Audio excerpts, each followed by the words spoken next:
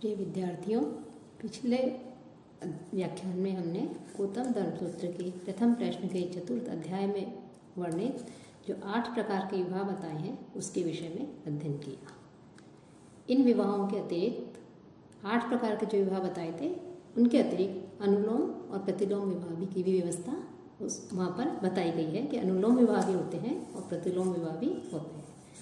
तो अनुलोम विवाह की जब उच्च वर्ण का पुरुष निम्न वर्ण की स्त्री के साथ विवाह करता है तो वह विवाह अनुलोम विवाह कहलाता है, और प्रतिलोम कि जब उच्च वर्ण की स्त्री का निम्न वर्ण के पुरुष के साथ विवाह होता है तो वह प्रतिलोम विवाह कहलाता है, और सवर्ण अर्थात अपने ही वर्ण की कन्या के साथ में विवाह करना सवर्ण विवाह कहलाता है। तो ये 8 प्रकार के विवाह थे।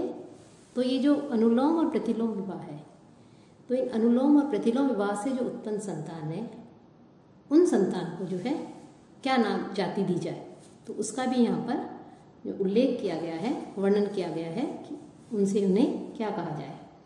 फिर ऋग्वेद का जो दशम मंडल है उसके अंतर्गत जो पुरुष सूक्त है उसमें 4 वर्णों का उल्लेख है, ब्राह्मण, क्षत्रिय, वैश्य और शूद्र।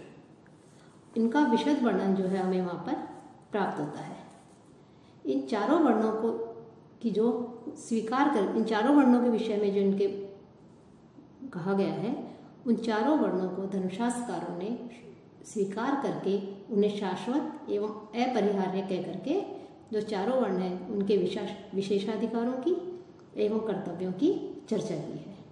कि व्यवहारिक धरातल पर भी हम देखें तो एक प्रतिष्ठित आदर्श सामाजिक व्यवस्था जो है वो वर्ण व्यवस्था पर ही टिकी हुई है।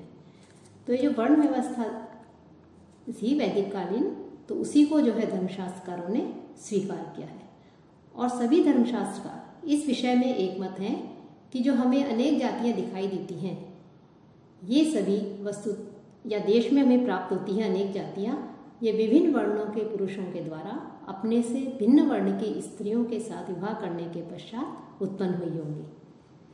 कि ब्राह्मण को जैसे 4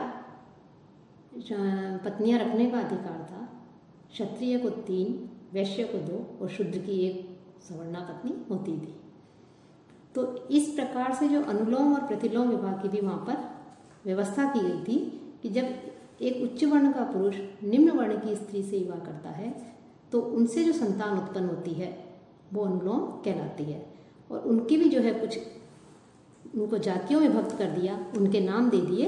तो उन्हीं के विषय में चर्चा करते हुए गौतम धर्मसूत्र के प्रथम प्रश्न के जो चतुर्थ अध्याय है उसके 14वें सूत्र में कह रहे हैं, अनुलोमा अनंतरे एकांतरे द्वयंतरासु जातः सवर्ण अंबष्टो उग्र निषाद दोषमंत पार्श्वः।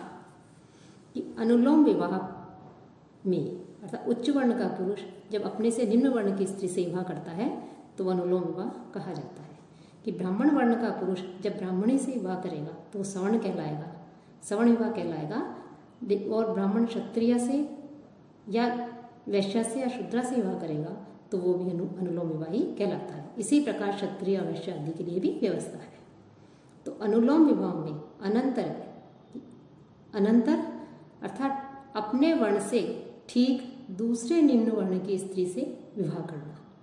कि अपने वर्ण से ठीक जो दूसरा वर्ण है उससे विवाह करने पर जो संतान होती है उनके नाम आगे बताए गए हैं, तो वो अनंतर कहलाता है। कि जैसे ब्राह्मण है, ब्राह्मण और क्षत्रिय, कि ब्राह्मण के बाद कौन सा वर्ण आता है? क्षत्रिय। तो वो ब्राह्मण क्षत्रिय से विवाह करे, क्षत्रिय वैश्य से करे या वैश्य शूद्रा से करे तो अनंतर विवाह कहलाता है। एकांतर कि पुरुष और उससे निम्न वर्ण की जो स्त्री है उसके वर्णों में अर्थात उसके वर्ण क्रम में एक वर्ण का अंतर हो। कि जैसे 4 वर्ण माने हैं, ब्राह्मण, क्षत्रिय, वैश्य, शूद्र। तो ब्राह्मण जो है उसमें क्षत्रिय तो अनंतर में आ जाएगा, क्षत्रिय तो, और जो वैश्य है वो इसमें एकांतर में आ जाएगा, अर्थात एक वर्ण का अंतर है। जैसे ब्राह्मण और वैश्य, क्षत्रिय और शूद्रा, ये एकांतर कहलाते हैं। द्वयंतर कि 2 वर्णों का अंतर, कि ब्राह्मण जो है वो क्षत्रिय और वैश्य इन दोनों को छोड़ करके जो शूद्रा स्त्री से विवाह करे तो द्वयंतर विवाह कहलाता है। तो अनंतर, एकांतर, द्वयंतर ये जो विवाह कहे गए हैं, इन विवाहों के द्वारा क्रमशः सवर्ण, अंबष्ट, उग्र, निषाद, दोषमंत और पार्श्व नाम के पुत्र उत्पन्न होते हैं। कैसे? ब्राह्मण और वर्ण का पुरुष और क्षत्रिय वर्ण की स्त्री से विवाह करे तो उसे जो है इसमें गौतम धर्मसूत्र में सवर्ण विवाह कहा है। साथ ही साथ इसे आगे जो है बहुत से धर्मशास्त्रकारों ने इसे मूर्धावसिक भी माना है।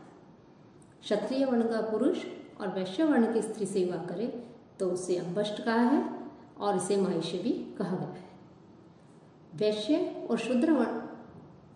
वैश्य वर्ण का पुरुष और शूद्र वर्ण की स्त्री से विवाह होता है तो वो उससे उत्पन्न जो संतान होती है वो उग्र कहलाती है। ये अनंतर में आते हैं कि इनमें अपने से ठीक दूसरे निम्न वर्ण की स्त्री से विवाह किया जाता है। एकांतर कि जब पुरुष और उससे निम्न वर्ण की स्त्री के वर्णों में जो एक वर्ण का अंतर बताया है वो एकांतर है और उनसे जो संतान होती है, जैसे ब्राह्मण वर्ण का पुरुष और वैश्य वर्ण की स्त्री, उनसे जो संतान होगी वो निषाद कहलाती है। और क्षत्रिय वर्ण का पुरुष और शूद्र वर्ण की स्त्री, उनसे संतान जो उत्पन्न होती है वो दोषयंत कहलाती है। साथ ही साथ द्वयंतर कि दो वर्णों का अंतर कि ब्राह्मण जो है क्षत्रिय वर्ण की स्त्री से भी नहीं करके वैश्य वर्ण की स्त्री से भी नहीं करके यदि शूद्र वर्ण की स्त्री से विवाह करता है तो द्वयंतर विवाह कहलाता है। और उनसे उत्पन्न जो संतान है उस संतान को इस गौतम धर्मसूत्र में पार्श्व नाम की संज्ञा दी गई है कि वो पार्श्व कहलाते हैं।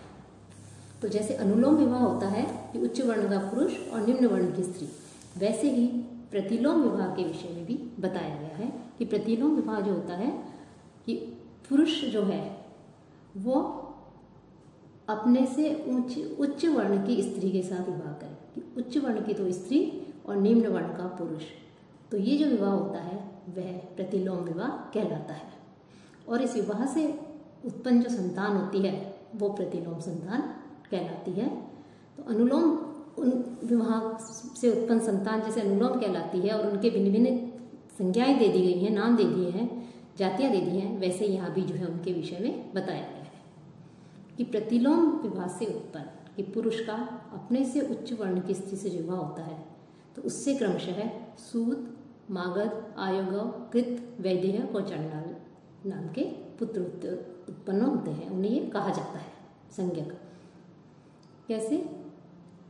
कि क्षत्रिय और ब्राह्मणी कि क्षत्रिय वर्ण का पुरुष और ब्राह्मण वर्ण की स्त्री, इनसे जब विवाह होता है तो वो जो है गौतम धर्मसूत्र में उसे सूत की संज्ञा दी है। वैश्य वर्ण का पुरुष और क्षत्रिय वर्ण की स्त्री, उसे मागध नाम की संज्ञा दी है। शूद्र वर्ण का पुरुष और वैश्य वर्ण की स्त्री, इसे आयोगव कहा गया है। तो ऐसे ही एकांतर जो विवाह है, जैसे वैश्य वर्ण का पुरुष और ब्राह्मण वर्ण की स्त्री, तो उनसे जो संतान होगी उसे कृत कहा जाता है। शूद्र वर्ण का पुरुष और क्षत्रिय जो स्त्री है उनके विवाह के द्वारा उत्पन्न संतान जो है वैदेह कही जाती है। और द्वयंतर कि दो वर्णों का अंतर कि शूद्र तो पुरुष और ब्राह्मण वर्ण की स्त्री जो होती है उनसे उत्पन्न जो संतान है वो चंडाल कहलाती है। तो इस प्रकार से प्रतिलोम विवाह के विषय में बताया है। साथ ही ब्राह्मण्य जनक पुत्रान वर्णेभ्य आनुपूर्व्याद ब्राह्मण सूत मागध चंडाल कि ब्राह्मण जो है ब्राह्मण वर्ण की जो स्त्री है उसने वर्ण क्रम के अनुसार जो पुरुष है उनके द्वारा उत्पन्न जो संतान है, जो पुत्र हैं, उन्हें क्या संज्ञा दी है, क्या कहा जाता है उसके विषय में बता रहे हैं। उनको क्रमशः है अर्थात कि ब्राह्मण वर्ण की स्त्री यदि ब्राह्मण से विवाह करे तो उससे जो पुत्र उत्पन्न होता है उसे ब्राह्मण, और क्षत्रिय वर्ण के पुरुष से विवाह करे तो सूत, वैश्य वर्ण के उससे पुरुष से विवाह करे तो मागध, और शूद्र वर्ण के पुरुष से विवाह करे तो उसे चंडाल की संज्ञा दी है। तो इस प्रकार से यहाँ कहा गया है। और कुछ जो स्मृतिकार हुए हैं उनके अनुसार उन्होंने ब्राह्मण, क्षत्रिय, वैश्य, शूद्र इनके द्वारा क्षत्रिय वर्ण की स्त्री से जो विवाह किया जाता है उसको क्रमशः मूर्धावसिक, क्षत्रिय, धीवर और पुलकर ये जो है पुत्र संज्ञा इन्हें दी गई है, कहे जाने वाले पुत्रों का उत्पन्न करती है। अतः ब्राह्मण यदि ब्राह्मण वर्ण की स्त्री से विवाह करे तो उसे वो तो सवर्ण होगा ही होगा। इसके अलावा क्षत्रिय वर्ण की स्त्री से यदि विवाह करे तो क्षत्रिय, ब्राह्मण क्षत्रिय वर्ण की स्त्री से विवाह करे तो क्षत्रिय कहलाता है। और ब्राह्मण यदि क्षत्रिय वर्ण की स्त्री से विवाह करे, खुद की वर्ण की स्त्री से विवाह करे तो उसे सवर्ण भी कहा है, मूर्धावसिक्त भी कहा है। और क्षत्रिय यदि क्षत्रिय वर्ण की स्त्री से विवाह करे तो क्षत्रिय कहलाता है। और इसी प्रकार से जो है और वर्णों की भी इन्होंने संज्ञा दी है कि ब्राह्मण, क्षत्रिय, वैश्य और शूद्र के द्वारा क्रमशः क्षत्रिय वर्ण की स्त्री जो है क्रमशः इनको उत्पन्न करती है, इस प्रकार के संतानों को जन्म देती है। कि क्षत्रिय वर्ण की स्त्री यदि ब्राह्मण से विवाह करे तो मूर्धावसिक्त, क्षत्रिय से विवाह करे तो क्षत्रिय ही, वैश्य से विवाह करे तो धीवर और शूद्र से विवाह करे क्षत्रिय वर्ण की स्त्री तो उसे पुलकस कहा जाता है। और इसी क्रम से जो है इन्होंने वैश्य वर्ण की जो स्त्री है उससे भी क्रमशः भृंज, कंठक, माहिष्य, वैश्य, वैद्य और शूद्र वर्ण की स्त्री से पार्शव, यवन, करण, शूद्र आदि की जो है पुत्रों की उत्पत्ति कही गई है यहाँ पर। साथ ही साथ वर्णांतर गमन उत्कर्ष अपकर्षाभ्याम सप्तमे पंचमे व आचार्य। साथ ही साथ यहाँ कहा गया है कि सवर्ण आदि अनुलोम विवाह से उत्पन्न जो वर्ण संकर है उनका अतः उच्च वर्ण का पुरुष एवं निम्न वर्ण की स्त्री से जो विवाह होता है, इनसे उत्पन्न जो संतान है उनका पिता की 7वीं पीढ़ी में वर्ण का उत्कर्ष और माता की 5वीं पीढ़ी में वर्ण का अपकर्ष हो जाता है।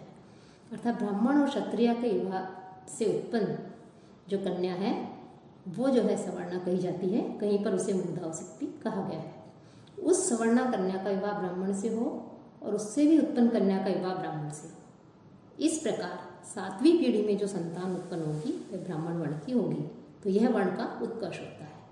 इसके विपरीत ब्राह्मण और क्षत्रिय इनके विवाह से उत्पन्न पुत्र जो है वो सवर्ण कहा गया है या मूर्धावसिक्त कहा गया है। और यदि यही क्षत्रिय से जो है विवाह करके पुत्र उत्पन्न होता है वह पुत्र भी क्षत्रिय से विवाह करे, इस प्रकार से 5वीं पीढ़ी में जो संतान होगी वह क्षत्रिय वर्ण की होगी, तो यह वर्ण का अपकर्ष हो जाएगा। तो इसी प्रकार क्षत्रिय, वैश्य आदि के विवाह से जो उत्पन्न संतान है उसके विषय में कहा गया है षष्ठे अनंतरम जातानाम च। और चारों वर्णों के अनंतर क्रम से अनुलोम विवाहों के द्वारा उत्पन्न जो सवर्ण, अंबष्ट, उग्र के वर्ण का भी उत्कर्ष और अपकर्ष 7वीं और 5वीं पीढ़ी में परस्पर विवाह के द्वारा होता है। जैसे सवर्ण से अंबष्ट वर्ण की स्त्री का विवाह हो, उससे उत्पन्न कन्या का सवर्ण से विवाह हो, इसी प्रकार 7वीं पीढ़ी में जो संतान होगी वह सवर्ण होगी, तो यह वर्ण का उत्कर्ष हो जाएगा। इसके विपरीत यदि सवर्ण कन्या का अंबष्ट के साथ विवाह हो, उससे उत्पन्न कन्या का भी अंबष्ट से विवाह हो और इस प्रकार 5वीं पीढ़ी में वो जो संतान है वो अंबष्ट होगी। प्रतिलोमास्तु धर्महीनः कि प्रतिलोम विवाह से उत्पन्न जो संतान है उनको धर्म के योग्य नहीं माना है। शूद्रायाम च और अनुलोम विवाह के द्वारा जो निम्न वर्ण की जो स्त्री है, शुद्ध वर्ण की जो स्त्री है, उससे उत्पन्न संतान को भी धर्महीन माना है। असमानायाम च शूद्रात्पत्ति व्रति कि शुद्र वर्ण का पुरुष और वैश्य आदि असमान वर्ण की स्त्री जो है उससे उत्पन्न पुत्र जो अयोगवादी होते हैं उन्हें जो है पतित माना गया है और पतित के समान ही उनका दर्शन, स्पर्श और प्रतिग्रह जो है यहाँ पर बताया गया है। अंत्य पापिष्ठ है। और शूद्र वर्ण का पुरुष और असमान वर्ण की स्त्री से उत्पन्न पुत्रों से भी अंतिम जो पुत्र होता है उसे जो है अत्यंत कैसा बताया, पापिष्ठ है, अत्यंत पापी बताया है। पुनंती साधु है पुत्र कि जो उत्तम विवाह से उत्पन्न पुत्र है, जो सदाचारी पुत्र है, वो पिता के कुल को पवित्र करते हैं। त्रिपुरुषम आशात और आश विवाह की विधि से कि 8 प्रकार के विवाह बताए थे गौतम धर्म सूत्र में, ब्राह्म, देव, आश आदि, तो उसमें जो आश विवाह है उस विवाह की विधि से जो परिणीता स्त्री है उस स्त्री से उत्पन्न पुत्र त्रिपुरुषम 3 पीढ़ी के पुरुषों को क्या करते हैं, पवित्र करते हैं। दश दैवा दशे प्राजापत्य, कि दैव विवाह से उत्पन्न जो संतान है वो 10 पीढ़ियों को, और प्राजापत्य विवाह है जिसे काय विवाह की भी संज्ञा दी है, उस विवाह से उत्पन्न पुत्र भी 10 पीढ़ियों को पवित्र करते हैं।